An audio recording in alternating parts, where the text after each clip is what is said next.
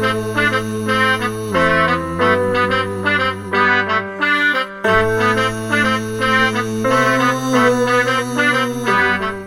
like to welcome you to the Conscious Crew podcast. Today we got a special guest from Polk County Health Department. We have Nola and, of course, Cindy Collins down there at the end. I'm DJ Marty McFly, and I'll let Nola go ahead and introduce herself and tell a little bit about what she does. Hi, good morning. I was going to say good afternoon. I'm Nola Davis. I am the Health Educator Public Information Officer for Polk County Health Department. My job is to help educate the community in various education initiatives about the health programs and services we do at Polk County Health Department. Awesome. Cool. So you had said that you go into schools and kind of give a presentation, and tell us a little bit about that experience. So I go into schools, I go into community organizations, I go into juvenile detentions, I work with refugees, immigrants, all about sexual health, education, and information about pregnancy as well. So it's really educating our public about sexually transmitted diseases, because in Polk County, in the state of Iowa, in the United States, they're at epidemic levels. Wow. So we really want to encourage individuals to really practice safe sex practices and to encourage them to get tested as well. Okay, yeah, absolutely. How would you say that you encourage people to practice safe sex? Is that through handing out protection? So we do it through a whole bunch of different avenues. So we have condoms available at Polk County Health Department. Individuals can come get condoms, no questions asked. Obviously, That's what we want to make sure. There's also a website through Iowa Department of Public Health, My IA Free Condom. People can just plug in the website and condoms can be sent to their house. Wow. In discreet packaging. So that's pretty cool. That's really amazing. Another thing that we really do is we promote our testing services in Polk County. So at Polk County Health Department, we have confidential low-cost STD testing. So an individual can call and make an appointment. We normally can see them same day of, and they can get tested for sexually transmitted diseases at $10. And did you say you'll come to them? No, we won't come to them. They can come to us. Oh, okay, you're going to come to you. Okay. They can come to us. All right, and we'll test. So that's too convenient. Yeah, that would be way too convenient. It's probably part of the future having STD kits sent out to you. I've seen some inside Walgreens. Yeah, possibly. I've seen some, but it's a lot better for them to come to us, because then we can have that conversation with them about if they're having any symptoms, what types of sex they engage in. Because I think it's so important for people to talk about what types of sex you engage in so we can treat you appropriately. Right. Because if you're not having an open and honest conversation with your healthcare provider, we can't test you appropriately. Okay. Yeah, and sometimes it's not even an STD that people have when they see different types of symptoms. It could just be from just not being hygienic. Right? Absolutely. Okay. So we can see a lot of different things as well. So it's just really good to have that open and honest conversation with your healthcare provider when you're going in to get tested. And so then we're going to test you. And then, if you test positive, we'll make sure you get treated. We'll make sure that you get the appropriate referrals. Let's say if you test positive for HIV, we're going to refer you to a specialist to make sure you're getting treatment appropriately. Wow. Awesome. Well, we really appreciate how much you guys have helped us with our Conscious Kickback. And Absolutely. I know that people that have come to our event have really been thankful for the condoms and all the products that you guys have supplied us for the previous kickbacks. Yeah. And you guys sound like you're going to be a part of our next kickback as well on March 13th. Yep. So again, thank you so much for helping us out. And make sure you guys check out the Conscious Kickback March 13th. Just announced this week. Tickets are on sale. Just $7. And the ones before have been awesome. Everyone has a great time. Really positive vibes. So I'm glad you guys are a sponsor for Absolutely. that. Okay. So I have a couple more questions. Absolutely. So I'm curious, as a parent and just as somebody who hasn't been in school in a long time, I remember sex ed. I remember kind of a sex ed in elementary school where I was learning about the menstrual cycle and stuff like that, and just learning about the different body parts all the way up until 8th grade, which I went to school in Georgia.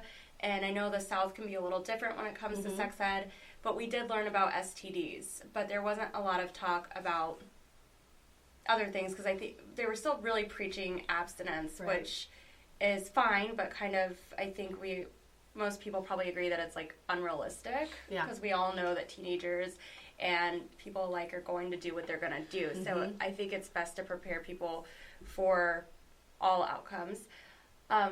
How would you say that the sex education is taught today? You know, that's per age group. It's hard to tell. It's hard to really gauge that because every school approaches it differently. Oh, okay, that's interesting. So every school may have their health teacher provide it, physical education, family consumer science provide it, or they may have a resource like Polk County Health Department, Planned Parenthood of Central Iowa come in and talk about sexual health. So it's kind of up to the schools on what they feel they would like to talk their students to learn.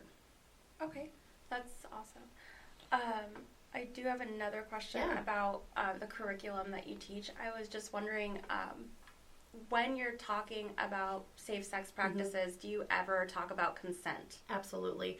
I think consent is so incredibly important and that we teach kids as young as elementary what consent is. I love that. I just got chills because, like, I have 2 sons, and I feel like I've been teaching them about consent for so long. It is such an issue. And you start teaching them as young as, like, elementary and talking about consent in a way of, like, well, you need to ask your friend if you want to give them a hug. You need to ask your friend if you want to high-five them. So they can start building up that when you ask to do things, it's a very positive experience. Because when we're doing this with boundaries, when we're doing that, we're creating an environment that consent is always a part of a relationship, because it needs to always be a part of a relationship. And I think you do that every stage of their life. So you talk about consent in elementary, such as maybe hugging, high-fiving. Middle school, now we start kind of talking a little bit about actual relationships, like maybe holding hands, maybe kissing, or we really go into the whole consent about sexual consent. And then in high school, we do the same thing. And it's always good to just refresh it, bring it up into their minds, because consent is so vital to a healthy and positive relationship. Yeah. And do you ever talk, sorry, this is kind of like an add-on question with that.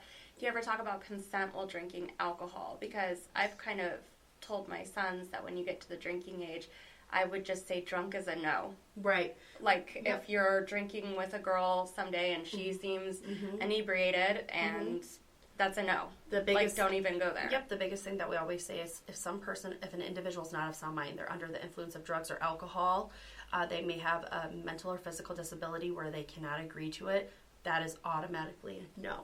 Yeah. You have to have them able to say yes. Consent is yes. Consent is yes for everything. If they cannot consent and say yes, it is no. Exactly. Okay. That is awesome that I feel just good about that being taught to kids today now starting young. So hopefully by the time they're adults, it'll be part of their mindset. And whenever there is an individual who is in like a leadership role in that child's life, so maybe it's a coach, maybe it's a teacher, maybe it's a counselor, it's really good to keep encouraging them to have conversations about consent. Because in our world, we can never hear about consent enough. Yeah. That's the way I very much look at it, is consent is always something that always has to be discussed. And that's even with, I like how you were teaching it to elementary students about starting with hugs, because I think a lot of us, and I've read a lot of articles on this, especially before the holidays, where parents will force their daughter to give somebody a hug, to even like thank them for a gift, and they might think that that cousin is kind of, they don't feel comfortable around that cousin or that uncle, and they don't want to give them a hug, and the parent will be like, don't you love Uncle Ron? Go give him a hug. But the girl's like, I don't want anything to do with Uncle Ron. So you're not supposed to force your children to give hugs. You know, Correct. You're teaching them boundaries and consent. And that's the biggest thing with consent is boundaries, and having healthy boundaries in any form of a relationship. That's very true. I agree. I'm glad we're talking about this. This is, you know, especially with the kids too, you know, not forcing people to, you know, engage with people that they don't feel comfortable. I mean, it's incredibly important. It's not a requirement for anyone, you know. No. So just because you're dating or just because you're this or that doesn't mean. Yep. No matter how long you've been in a relationship, you always have to have consent. All right. I agree. All right. Awesome. So you do not owe your body to anybody for any reason. Correct. 100%. Facts. Okay. So one thing I wanted to bring up is, say, when I was first started getting not drug tested, getting STD tested. Yes, absolutely. Like, so it's changed. It absolutely And changed. I'm happy about that because they used to put the swab for men. Yeah. No, that wasn't pleasant. It made me not even want to get tested. Yeah, it has to be painful. But now it's so much easier because it is like a drug test now. Right. That's where I was going with this. Yeah. Is that now you just kind of pee in a cup and they just do what they do and they tell you. So what we're going to do now is our STD testing has come immensely. The testing is just so advanced. So for chlamydia and gonorrhea, we're going to do a urine test if you're not showing symptoms. Now, if you're showing symptoms, this is where we may have to do the swab. So the swab still may come into play. So chlamydia and gonorrhea is a urine test. Syphilis, HIV, and hepatitis C are blood tests. And the cool thing about syphilis, HIV, and hepatitis C is it's a rapid test. You know within about 30 minutes. That's good. It used to be like a week. That's nerve-wracking. Or was that the gonorrhea one? So a lot of it used to be a week long. I remembered when it changed because I remember like just looking back and remembering that we had to wait a week and then, you would find out which I've always gotten tested every 6 months. So yeah, that's a really great practice. Do you have another practice where you think? This is what should be more or less. So this is what we say: every new partner, every time you have unprotected sex, you need to be getting tested.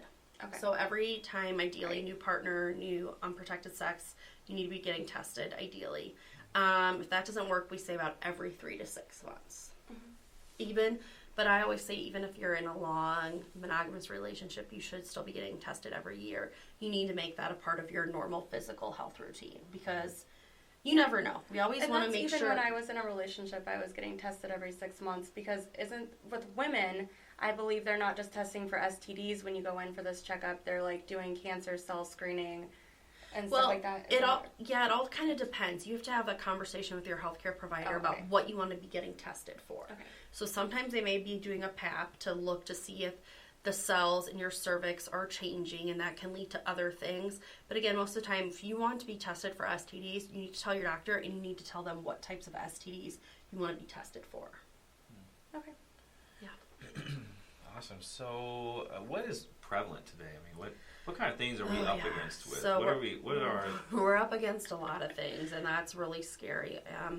The STDs that we see are definitely at an epidemic level, and the rates are not slowing down. And so that's really scary to us because a lot of our STDs are asymptomatic, which means they have no signs or symptoms. So unless you're getting tested, you're not knowing you have an STD or not. And that's where we see them spreading very often. Would you say that there are certain counties in Iowa? Would you say there's a link between sex ed? With the counties in Iowa, would you say there's a link between a sex ed curriculum and them having a higher STD rate?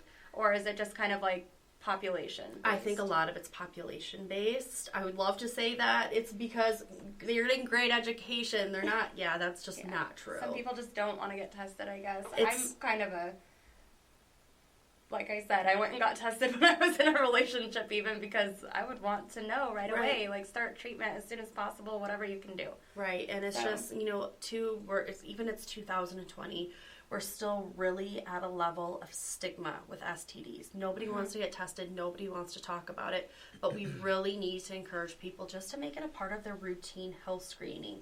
You go to the doctor for so many other things. Go to the doctor and get tested for STDs. Yeah, your healthcare provider. Just make it a part of your common health routine. That is scary. You hear about epidemics on the news every day and people taking precautions against like the flu, the coronavirus, and then here you have it. You're sitting here telling us what an epidemic this is, and how many of them can lead to death. Oh, quite a few. So we look at our syphilis, we look at HIV, we look at hepatitis C. Those are all, if we're not getting tested and treated appropriately, those can lead to death. So syphilis, I don't even know what that is. Yeah, so syphilis is an STD that we get through any type of sex we have. Whether it's vaginal, anal, or oral, we can get it that way. Come in contact with their vaginal fluid or semen. So it's just the fluid? No, because with also syphilis, there's sores. There's a syphilis sore. So if you come in contact with genital rubbing with a syphilis sore, that's how we can see you get syphilis as well. Scary thing about syphilis. I don't even want to go to a strip club anymore.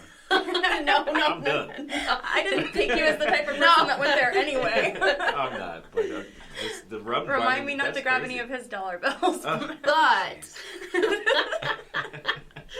But the thing is, what's scary is syphilis used to be an STD. We would see about 10 to 20 cases of. And then in 2013, we saw over 100. And in 2019, our staff investigated around 232 cases of syphilis. So with syphilis, then I guess you're saying like even if you used a condom, you could still get syphilis. Yeah, if there's genital rubbing. So if you use syphilis, genital herpes, genital warts, if there's still a condom and you have genital rubbing, yeah, you can still get the STD because we know condoms are not 100% effective. So what would you say? I mean, of course, like we said, abstinence is one thing, but I mean, aside from that, I mean, just making sure your partner's getting make sure you're having an open and honest conversation with your partners.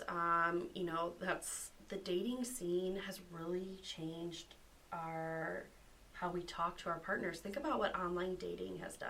I'm blaming Tinder. Yeah, no. I can't blame Tinder because I met my dating sites because I met my husband on Bumble. So that's something really. Wow. Yeah. Congratulations. Thank you. That's awesome. Love found online. Yes, love found online. I've been tempted. ChristianMingle.com. Yeah. I've been really tempted. I have my coworkers trying to talk to me about joining ChristianMingle.com to find a nice guy because she just met somebody and got married off of there. Yeah. But I guess it's how your approach is. It is. When you meet these people, if you real quick, hey, I just met this person online today, and then run over there and get after it. And it's made the hookup culture a lot easier. You can just get on your phone from the comfort of your couch and be like, "Whoops, swipe right. This person wants to hook up." Right. And from what I heard, Tinder is usually just for hooking up. Like even if the person says they're just looking for friends, that means hookup. I've never used Tinder, so it used to. I don't know. I know that they all change what their game is. Game is. But so that's kind of changed the online culture, the dating culture a little bit. But I mean, yeah, it's definitely changed. So I think it's having an open, honest conversation with your partner about it getting tested.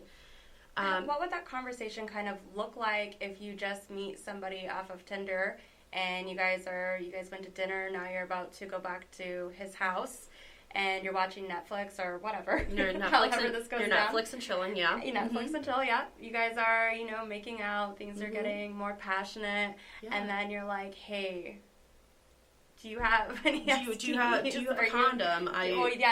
Do you have a condom? Yes. I mean, if you don't feel comfortable having the STD test, which I get it, like right away off the first date, hey, do you have a condom? No, they don't have a condom. Okay, well, I don't feel comfortable having sex with you. I was taught a long time ago, and I don't care how this makes me sound, I was taught a long time ago to carry condoms with me. Absolutely. It shouldn't just be the guy. My mom always told me that. My mom always said, you never know when you're going to be in, like, a situation and you feel like doing that. My mom taught me, sexual freedom. You know, you don't have things happen. Yeah. You're not horrible for it. No. So be prepared. It's better to be prepared than to deny that you will ever be in that situation. Absolutely. Because you want to look like better or something, you know? We all get in those situations sometimes as an adult. Right. And so I think both men and women should always have condoms with them. I think also you need to talk about oral sex. A lot of people think, I can't get an STD from oral sex. Well, that's not true. We see a lot of STDs in our throat. Mm-hmm. So if you're performing oral sex on a male, have them wear a condom. If you're performing oral sex on a female, use a dental dam. Never seen one. I've never seen a dental dam either. It is like a thin piece of a condom. It's like a tissue, and they're flavored, and so it prevents a barrier. Do you teach people how to use those too? I absolutely do. Okay. Yep. I might need to come take a class. I mean, yeah. I'm more worried about what's on somebody's mouth. Absolutely. Absolutely. No, it's just really important for everyone to know the different options out there to protect yourself. Okay, I do kind of have a question that's not linked to STDs. It's another question. I was wondering if in your curriculum you ever talk to people about the emotional consequences of sex. Oh yeah. If you get into that too. We do talk about the emotional consequences of sex. We talk a little bit about, kind of how you're feeling. So sometimes how you feel after, how you feel during, and how those feelings are normal. and how those feelings may trigger other things. So I think it's important to talk about the emotional consequences of sex. Absolutely. Because we might think, okay, well, I just had sex with this person. Now that means they love me.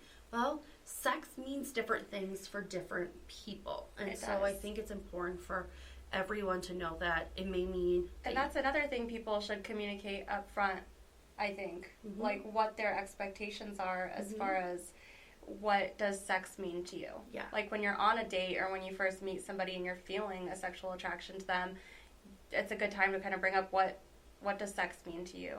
Sometimes sex means just sex. Sometimes sex means love. Sometimes sex means a long-lasting relationship. So I think it's really important to have those open conversations as well with your partner or whoever you're hooking up with. Yeah. So it could be something like, I only have sex with people I'm in a relationship with, so then you're kind of setting that expectation. Yeah. Yep. It's all just, I think the most important thing about like intimacy is you just have open and honest conversations. So everybody's knows what's expected out of each other. Gotcha. So if you guys are just now tuning in, then we'd love to again introduce Nola from Polk County Health. We have the pleasure of having her sit with us today, and they're also one of our sponsors for the Conscious Kickback, which is our event at Vaudeville Muse on March 13th. Be sure to come check that out. A lot of great talent, and we're really excited for all the sponsors that we have. We also have Fong's Pizza. They're one of our sponsors. They're delicious, yes. Everyone loves Fong's. That's around. I'm always trying to sneak over there when I'm bartending. I'm always trying to go over there and get some pizza. It's so good. So good. We'd also like to shout out to our sponsors, the Brothers Entrepreneur is a social group here in Des Moines. We have Court Avenue Restaurant and Brewing, another amazing restaurant down in the Court Avenue district. They've got a ton of great food. Have you guys been there? Yes, been there several times. Good food. Amazing. Awesome. We have our after party. Our official after party will be at Copper Cup, which is right across the street from the venue, Vaudeville Muse. So be sure to pick up your drink ticket at the kickback and then shoot over. Oh, nice. What's the drink ticket? I'm just hearing about.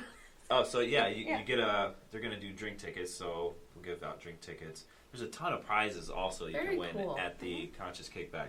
So I know that we are giving away a 40-inch Samsung TV. Oh, awesome. There's a ton of other prizes that will be given away.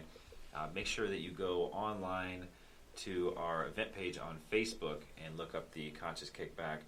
Our sponsors are kind enough to supply us with a lot of awesome prizes for people that are buying pre-sale tickets. So every week we'll be giving away some kind of prize. So this week it's if you share, tag a friend, and like the post, then on Friday we'll be giving away free lunch at Court Avenue Restaurant Brewing Company. So be sure to take advantage of that. Very cool. And that prize will be given away on Friday. I think next week they were talking about doing a buy your pre-sale ticket, and you'll be entered to win something. So let's just be sure It'll be on the podcast just check out later. Right, definitely just when his tune memory in for returns. that. Shout out to Good Vibes Yoga as well. All the positive that things that they're doing there. Image 360 does all of our amazing graphics and print. So shout out to them. Make sure you connect with them. And last but not least is Inner Space down on Kia Way in Des Moines. A lot of awesome holistic health things going on down there. They have a Himalayan salt room. They do. Very cool. Awesome. Yeah, and very cool. Oh my gosh, there's so many health benefits to Himalayan salt, so I need to try that. Yeah, very you cool. breathe it and it cleans out all this. Don't they do like Reiki and stuff in the salt room? I believe on those so. massage, Yeah. on a massage table. Very cool. They had a couples thing for Valentine's Day I saw, but yeah, it looks awesome. Very cool. I have to check that out. So yeah, again, special thanks to them. You guys can go on eventbrite.com, look up Conscious Kickback, and get your pre-sale tickets today. Very cool. You guys gonna be there? Yes. Awesome. Cool. So, what else do we need to know about being safe? I just think, again, the smartest thing is getting tested. You need to be getting tested if you're sexually active. Okay, Yes. so do you have statistics as far as like Des Moines or Polk County, for example, even here? What would you say? So let me tell you, I can tell you right now what we saw last year. And I mean, if you're listening from another city, Des Moines is not a huge city, so imagine, these numbers multiplied for larger cities and how fast they could multiply. I don't know if anybody watches like Pandemic on Netflix or anything, but I think this kind of works the same way, and I'm surprised that this isn't a serious conversation every day. So our staff investigated for chlamydia 3,849 cases, gonorrhea 1,351, syphilis 232, and HIV 37 cases. Okay, so that's of the people who are getting tested. Now I think that number's probably 2 to 3 times higher in the Des Moines area, Polk County area. So where are these things coming from? So it's just a lot of people. I mean, it's people having sex with other people, and they're not being safe about it. So, like, 37 people, can we just, like, I mean, this is horrible to say, but can you, like, obviously, I mean, I'm sure there is a form of quarantining these people. Like, you're not supposed to continue to engage in sexual acts if you have a disease like that. So I mean, not to tell people if you are infected. So if you willingly, the only one that you can post legal charges is HIV. So you have to willingly know you have HIV before you have sex with someone. So there could be some times where you haven't gotten tested and you don't know you have HIV and you have sex with someone. So that's not technically a crime. You have to willingly know you had HIV. Okay. Right. I know that Usher got sued a while back. Some lady sued him for supposedly giving her some kind of STD. So the rest of them are not really legal. And it's up to you to share that with your partner or not. One of the things that we do at Polk County Health Department is we do, our staff, we have 4 public health investigators on staff. And so what they do is anywhere in Polk County someone tests positive, so whether it's at our clinic, it's at a hospital, it's another, let's say Planned Parenthood, primary health care, we get those results. So the hospital or lab will report those results to us, and then our staff will follow up. So we'll contact that individual, make sure they got tested appropriately, tested and treated appropriately, and then we're going to ask them for a list of their partners. They're going to give us their partners' names to the best of their ability, and then we're going to contact those partners. We can never tell the partners who gave them that STD. Okay. Right. We're just making sure that the partners are getting tested and treated appropriately. Are there any cases where that's happened, like actual court cases where that has went to court? There are actual court cases that have went to court. I figured that's how the law kind of came about, but... Yes, with HIV. Yep. Yeah. All right. So, which out of all of the STDs that you just listed and everything, how many of them are treatable? So, gonorrhea, chlamydia, and syphilis are all treated by antibiotics. Okay. Yep. Hepatitis C is treatable by medicine. This medicine is incredibly expensive, the regimen. HIV medication has come such a long way. I mean, remember when we first heard what HIV was, it was a death sentence. Right. People are living whole, healthy lives. They're dying of old age with HIV. All people are just like... Magic Johnson, dude. All people are very, very rich celebrities. All people. The medicine is amazing now. So That's if you live healthy lifestyle and you're taking your medication every day, you can die of old age and have HIV. Wow. Mm-hmm. There's also a medication out there called PrEP. And this is for individuals who might be at high risk for coming in contact with HIV. They take PrEP every single day. It's about 97 to 99% effective. They will not get HIV. Wait, so it's like a preventative medication? Yes, it is a preventative medication. So how would you decide if somebody's at high risk? Absolutely. So we typically, it'd be maybe a man who has sex with a man, because that's a high risk for HIV, definitely with anal sex. A person who's using needles for drugs, a person who's not having monogamous sex, so multiple partners, not being safe. Maybe their partner's HIV positive. Yeah. Oh, okay. So if you have an HIV positive and you take this medication, it like creates antibodies. Yeah. So it creates protection for you to hopefully 97 to 99% effective. That you will not get HIV. It's amazing. It's amazing. Yeah. Wow. So we've come a long way from the 80s and early 90s. Yeah, and so hopefully in the next couple of years, we'll hopefully this is wood, we'll find a diagnosis and a cure for HIV. Wow. Yeah. Gotcha. Yeah, that's amazing. I didn't even know that. Yeah. But I just thought that Magic Johnson was just a weird case. Now you're saying that everyone has access to that. Everyone has access to that. Is it expensive though? I mean, I know. So most insurance will cover it. If people are not insured, that's the Ryan White Act, and the Ryan White Act was created. Ryan White was a young boy who was a hemophiliac who needed blood transfusions, and he got HIV from one of those blood transfusions, and so that was how the Ryan White Act was created. So anyone who cannot afford medication to get treated for HIV, they qualify for the Ryan White Act. Wow. Okay. Yeah. You learn something every day. Yeah. The more you know. Right.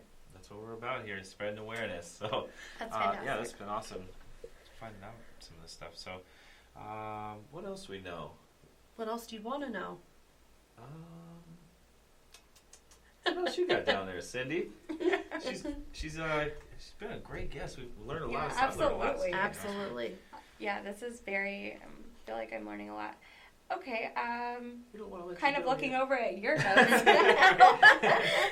Okay, so you do have something with the signs of symptoms of STDs. Maybe we can kind of cover that, because it sounds like we really need to encourage people to get tested, even if they feel embarrassed. Absolutely. It should become part of your health routine, like physicals, everything like that. You go to the doctor for the flu. No matter what, I will go get tested every 6 months. Because you might not always feel something or hurt like or she said, see there's something. not even symptoms to some of them. So the majority, there are symptoms for every STD. Oh, okay. But the majority of people who have STDs do not have signs or symptoms. So you might not even know you have an STD or not. You know, I do have a question. Absolutely. You know how they, what was the deal with the vaccine that they created for HPV? Yeah. Like, how has that went? I kind of lost track of it. Yeah. I know that they offered my son to get that shot. Yeah. My son is a 15-year-old. They offered him at the doctor's office to get that shot, and I was just kind of like, oh, this is like a thing now. Yeah. You know, so I'm kind of wondering. It's definitely a thing. I heard some really bad things about that vaccine, so if you have any myth busting here. The myth busting is there really are not, we have not seen any real side effects with this STD. With this, vaccine. No, with STDs there are side effects, yes, but with the vaccine, no, we have not seen any significant side effects. I mean, some of the side effects of getting a vaccine is that spot where you get the vaccine, it might be a little red, it might be sore, it might be a little warm. That's because it's like a foreign object going into your body. Think of it like, I always think of like a bug bite. Think of a bug bite or a bee sting when you get a vaccine. Your body is building some response to it. And that's why it might be a little red when you get the shot. So the HPV vaccine, the Gardasil vaccine, is great because it protects against our kiddos against the most common strains of HPV that cause cancer. So the most common strains of HPV are in that vaccine. So we can start giving it to our little ones as young as 11 and 12. And they can go up to, new guidelines just stated that it can go up to the age of like 45. Wow. Yeah. So, you know, there's always conflicting things when it comes to vaccines and different things. So make sure you always do your own research to come to your own conclusion on that. Or, but the one thing I also wanted to mention is that you've got HPV is probably the most prevalent STD of all, right? HPV? Yeah, human papillomavirus. That's why I was wondering if the numbers had decreased or... So what we see, about 90% of people who've had unprotected sex have some form of HPV. So if you've had unprotected sex in your lifetime, 90% of the population has HPV. Now it's going to do a couple of things. It can go away. It can stay in your body and do nothing. High-risk strains can cause cancer. Low-risk strains can cause genital warts. So we've started these vaccines, and it's still becoming even more and more prevalent now that we've introduced these vaccines, which seems kind of troublesome. You know, that it must really be becoming very prevalent, with the vaccines being introduced. So maybe what's happening is like those strains are kind of dying out because of the vaccine, but there's still other strains. So when we look at HPV, there's over 150 strains. And in the vaccine there's only 13. So we can only put as many strains in a vaccine. Kind of like the flu shot. We put the most common strains that we see in that shot vaccine. So HPV, what kind of things can you expect from that since it's so prevalent? going untreated? I know that men don't have any knowledge whatsoever. Do men not have symptoms? Well, they do, but it's internal. Some of the symptoms might be, if you're low risk, you might get genital warts. Okay. So some of the symptoms with low risk HPV are genital warts. Some of the symptoms that's both for men and women. High risk can be different forms of cancer. So in men, we can see mouth and throat cancer, anal cancer, penile cancer. In women, mouth and throat, cervical, vaginal, or anal cancer. Cervical cancer, we linked HPV to pretty much all cervical cancer cases. Wow. Yeah. So it is like it is what's causing cervical cancer. It's definitely very scary. Yeah, so that's why. So that's one way to prevent a cancer is to avoid unprotected sex. Absolutely. To get tested when you are in a monogamous relationship and choose to have unprotected sex. And get that vaccine. There's one cancer prevented right there, since cancer is such a thing right now. Absolutely. But you're saying 90% of people already have a strain. Yeah, I mean 90%. That's like laying dormant? Yeah, if you've had unprotected sex in your lifetime, we see 90% of the population have it. How come, if I go to get an STD test, that's it doesn't, I don't think it comes up on people's tests. I never had. So HPV is such a new kind of STD that the CDC, Centers for Disease Control and Prevention, they're trying to figure out new testing methods to be able to test for it. I know there is one, I think there's one type of test in progress where it's like a mouth swab. So they'd be able to swab in your mouth to see if there's an HPV present. Okay. Interesting. Yeah. All right. Well. We're back at it again. So, yeah, I mean, the HPV is, I mean, at this point, it's just kind of something that you would just, I guess, don't continue to contract more if you have something like that. You just want people to be smart about it. Just make sure, I guess, the really best preventative method, which HPV is, to make sure you're using condoms. So I feel like this is a really stupid question, I know, but if you're saying you can get it from throat, and everything, is it transferred through kissing, or is it just like you have to come in contact bodily fluid? Yep, you have to come in contact with someone's vaginal fluid or semen to get an STD. Absolutely. No toilet seats. No toilet seats. Can't get an STD from a toilet seat. Kissing, sharing a glass, hugging, no. Nothing from a kiss? Not even like a herpes or something? A cold sore you could, but not necessarily a genital herpes. Okay. Gotcha. Yeah. All right. Well, we appreciate you coming on. Thank you so much. Awesome. Thank you very much. Thank you. Appreciate it. Nola, I feel like I learned so much, and I already thought I knew everything, which is usually me. It's my job. I try to help. Right. And so, if someone wants to get tested, one more thing for them: if they want to get tested, if they need condoms, anything like that. Condoms, you can come to Polk County Health Department. If you want to get tested, come or call us. Okay. We're located at 1907 Carpenter Avenue here in Des Moines. We're on a bus route 286-3798. Awesome. Okay, and then is this private free testing? So everything's private and confidential, and we're low cost. Low cost. Okay.